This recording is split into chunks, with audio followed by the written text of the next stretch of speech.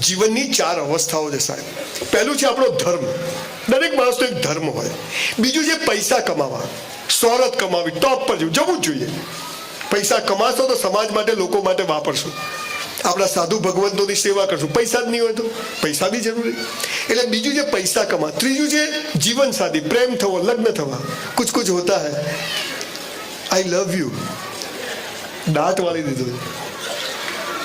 પહેલું છે ધર્મ, બીજું છે પૈસા કમાવા, ત્રીજું છે જીવન સાથી, ને ચોથું છે મોક્ષ. આ 4 શબ્દો કહીને પછી ભગવાને મનુષ્યને શું કહ્યું ખબર છે?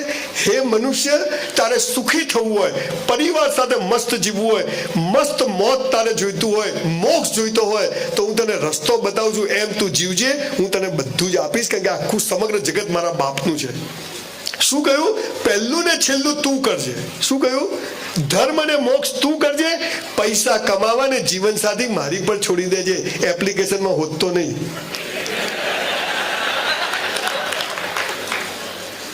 જરૂરી છે.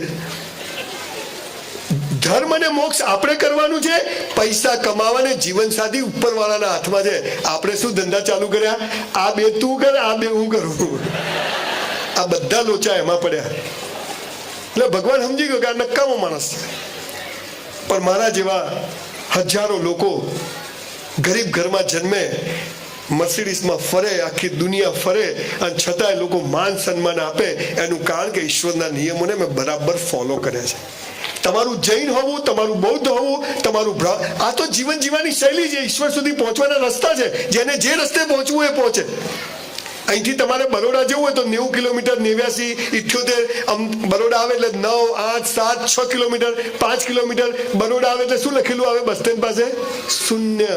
That is Baroda. પણ આ રસ્તાના બધા જે પથ્થરો આવ્યા એ શું બતાવે છે? કે બરોડા આ બાજુ છે. એમ આ ધર્મ સંપ્રદાયો આપણને શું બતાવે છે? કે ઈશ્વર ત્યાં છે. મહાવીરને જ્યાંથી જ્ઞાન થયું, વર્ધમાનજીને જ્યાંથી જ્ઞાન થયું, 24 તીર્થંકરોને જ્યાંથી જ્ઞાન થયું, એ કોણે કર્યું? ત્યાં પહોંચવાનું. આ આપણને રસ્તા બતાવે. આપણે એમને પકડીને બેસી ગયા. અને એમણે કહ્યું, સાહેબ, રાજાઓ, વૈભવી રાજાઓ, મેઘાવી રાજાઓ, કેટલી સ્વરૂપમાં પત્ની, કેટલા નહીં જોઈએ. કેમ? આપણે ડાયાની ગોળા. પણ એ જીવનનું અંતિમ સત્ય સમજી ગયા કે ધર્મ અને મોક્ષ માટે મનુષ્ય જન્મ મળે છે. પૈસા કમાવાને જીવન સાથી ઈશ્વરના હાથમાં છે.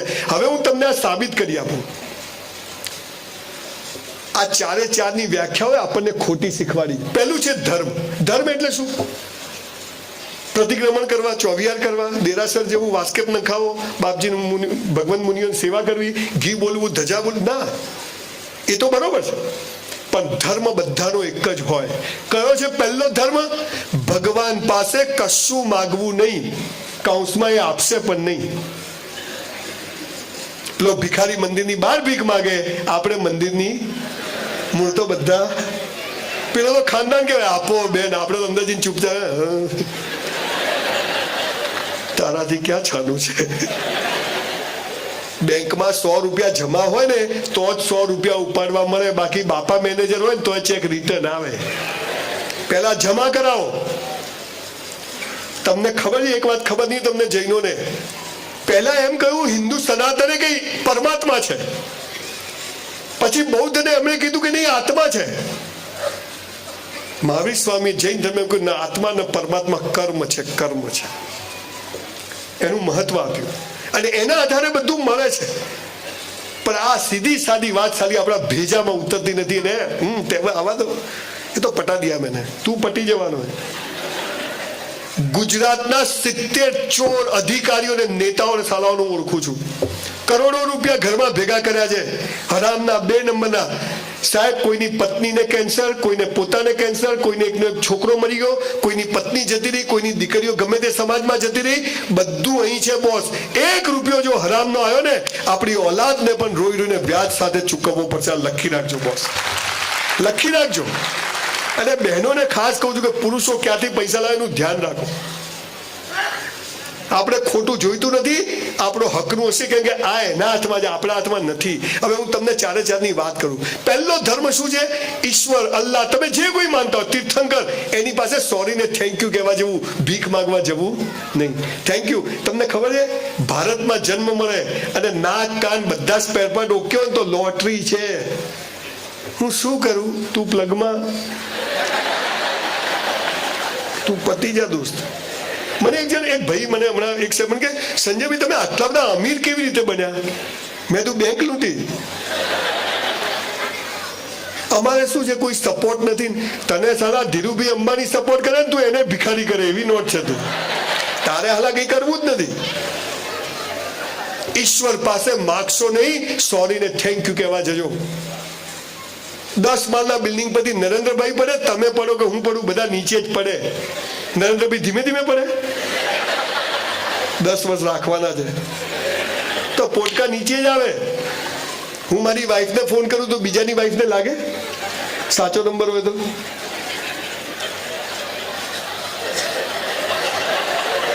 ઘણા તો મનીષને લગાવે, લાગતો હોય મનીષાને. હો, જોરદાર લોકો હોય. તો આ શું જાય છે? તરંગો જાય છે. તો તરંગો એ યોગ્ય જગ્યાએ જ જાય. ગુરુત્વાકર્ષણ બધું સરખું. અચ્છા, તમારા વાણિયાઓનો જુદો ઓક્સિજન હોય, એ અપના નહીં, એ લો, એવું હોય. અચ્છા, આ બ્રાહ્મણોનો સફેદ, આ બ્રાહ્મણોનો એવું હોય. પાટીદારોનો જુદો હોય, મુસલમાનો લીલા કલરનો હોય. હા, એ અપના ઓક્સિજન. ઓક્સિજન છે, દેખાતો નથી પણ છે બધા માટે. કેવો છે? તો આ ઈશ્વર છે. મહાવીર સ્વામી વાણિયાના ખેતર પર વરસાદ પાડે ને બ્રાહ્મણના ખેતર પર ના પાડે? આ તો બીજા છે. ઈશ્વર એક છે, આ રસ્તા છે, ત્યાં પહોંચવાનું છે, પણ એ બધા માટે કેવો છે? સરખો છે. બીજી વાત, બીજો ધર્મ. પહેલો ઈશ્વર પાસે માગવું નહીં, સોરી ને થેન્ક યુ કહેવા. બીજો ધર્મ, રોજ મા બાપને પગે લાગો. તમારામાંથી કેટલા લોકો લાગે છે? જસ્ટ ઓનેસ્ટલી હાથ ઊંચો કરશો. આટલા લોકો જોડે હું એક સેલ્ફી પડાવીશ. જે લોકો નથી લાગતા એમના જોડે આવતી વખત પડાવીશ. આપ બહુ મહાન કાર્ય કરી રહ્યા છો સાહેબ. ભગવાન કદી જમીન પર આવ્યો નથી, આવવાનો નથી, એની તાકાત નથી, એટલે એને મા બાપનું સર્જન કર્યું અને મા બાપથી આપણને પેદા કર્યા. તો આપણો ભગવાન કોણ? તો કોને પગે લાગવું જોઈએ? તમે ચાહો છો કે સંજયલાલ બીજી વાર તમારા સમાજમાં આવે? ચાહો છો? પ્રોમિસ આપું છું કે આવતા વર્ષે આવીશ. ચલો. પણ આજે આપણે બધા બે હાથ ઊંચા કરી અને એક સોગંદ ખાવી પડશે. બીજી વાર આપણે અહીંયા એટલા જ લોકોને બેહાડશું જેટલા મા બાપને પગે લાગતા હોય. સાહેબ, જોઈન્ટ ફેમિલીમાં રહો, સંયુક્ત પરિવારમાં રહો. જે ભાઈનો ના થાય ને કોઈનો ના થાય.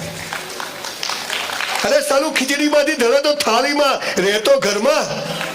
સાવરણીની સળીઓ ભેગી હોય તો કચરો કાઢે, પણ છૂટી પડી જાય ને તો ખુદ કચરો બની જાય. આપણે કચરો નથી બનવું. બહેનો, દ્રાક્ષનો ઝુમખો 100 રૂપિયા કિલો વેચાય, પણ છૂટી પડી ગયેલી દ્રાક્ષ કોઈ 10 રૂપિયા કિલો લે નહીં. ભેગા રહેવાની વેલ્યુ છે.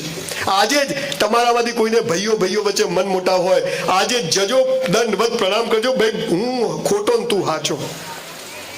આ ભાવના પેદા થઈ ગઈ ને તો ભગવાન સમજશે આ મારો ઓરિજિનલ માળ. આ આપણો બીજો ધર્મ.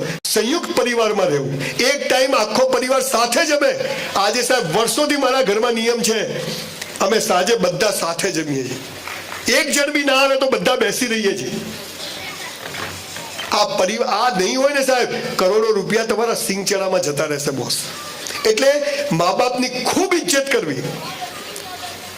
અને અહીંયા યંગ છોકરા છોકરીઓ બેઠા છે, એમને એક ખાસ વાત કહું.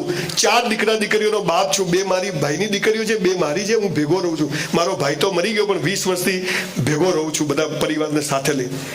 4 દીકરીઓનો બાપ છું, 2 દીકરાઓ છે. અહીં બેઠેલા યંગ છોકરા છોકરીઓને કહું છું કે મા બાપને પગે ના લાગો ને તો તેલ લેવા જજો, પણ એવું કોઈ કામ ના કરશો કે તમારા મા બાપને કોઈને પગે પડવા જવું પડે. એવું કોઈ કામ ના કરશો. અને એક વાર જો તમારા કારણે તમારા મા બાપની આંખમાં આંસુ આવી ગયા ને બોસ, સાલી નર્કમાં બી જગ્યા નહીં મળે. લખી રાખ્યો, નર્કમાં બી. સ્વર્ગ તો તેલ લેવા ગયા, નર્કમાં બી નહીં મળે. આ મહત્વ. અહીંયા યંગ છોકરા છોકરીઓ બેઠા છે. એક વાક્ય છે ખબર કેમ પગે, હું તમને એમને ગપ્પા નહીં મારું, કારણ આપું કેમ મા બાપને પગે લાગવાનું છે. એક વાક્ય છે ખબર, પહેલી નજરનો પ્રેમ. મને તો છોકરી જોતા જ ગમી ગઈ. મને તો પેલો છોકરો જોતા હું ગમે, બધું બરાબર હોય તો.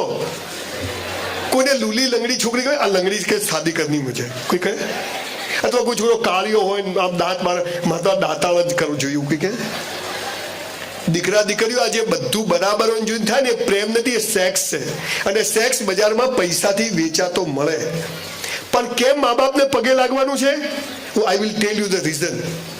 જ્યારે આપણે માના પેટમાં હોઈએ ને, આપણી માને ખબર નથી છોકરો છે કે છોકરી છે, ડાયો છે કે ગાળો છે, ધોળો છે કે કાળો છે, મોટો થઈને કેવો નીકળશે, કેવી નીકળશે.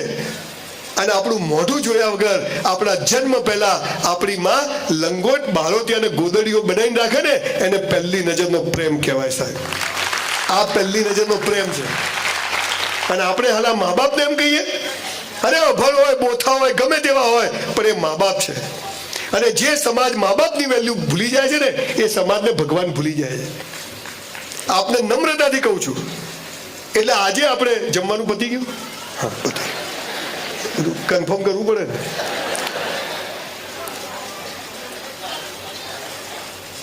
આજે આપણે બધા જ, મેં વાંચ્યું તમારો સમાજ બહુ બધું કામ કરે છે, દર વર્ષે જોરદાર સમૂહ લગ્ન કર્યા. તમે બધા બહુ સમાજ માટે બધા ચિંતિત છો, પણ આ પાયાની ખાટલે ખોડ રહી ગઈ છે, બાકી બધું નકામું છે.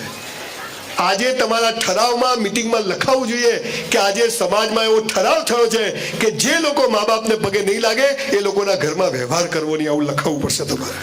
આ કરજો તમે. હા, 2% 5% એવા મા બાપ બી હોય છે કે છોકરા થાકી જાય, પણ એ છોકરાઓને કહું છું, તો પણ એ આપણા ભગવાન છે, હે ને. તો આજે આપણે 2 હાથ ઊંચા કરી નક્કી કરીએ કે આજથી ઘરે જઈને મા બાપને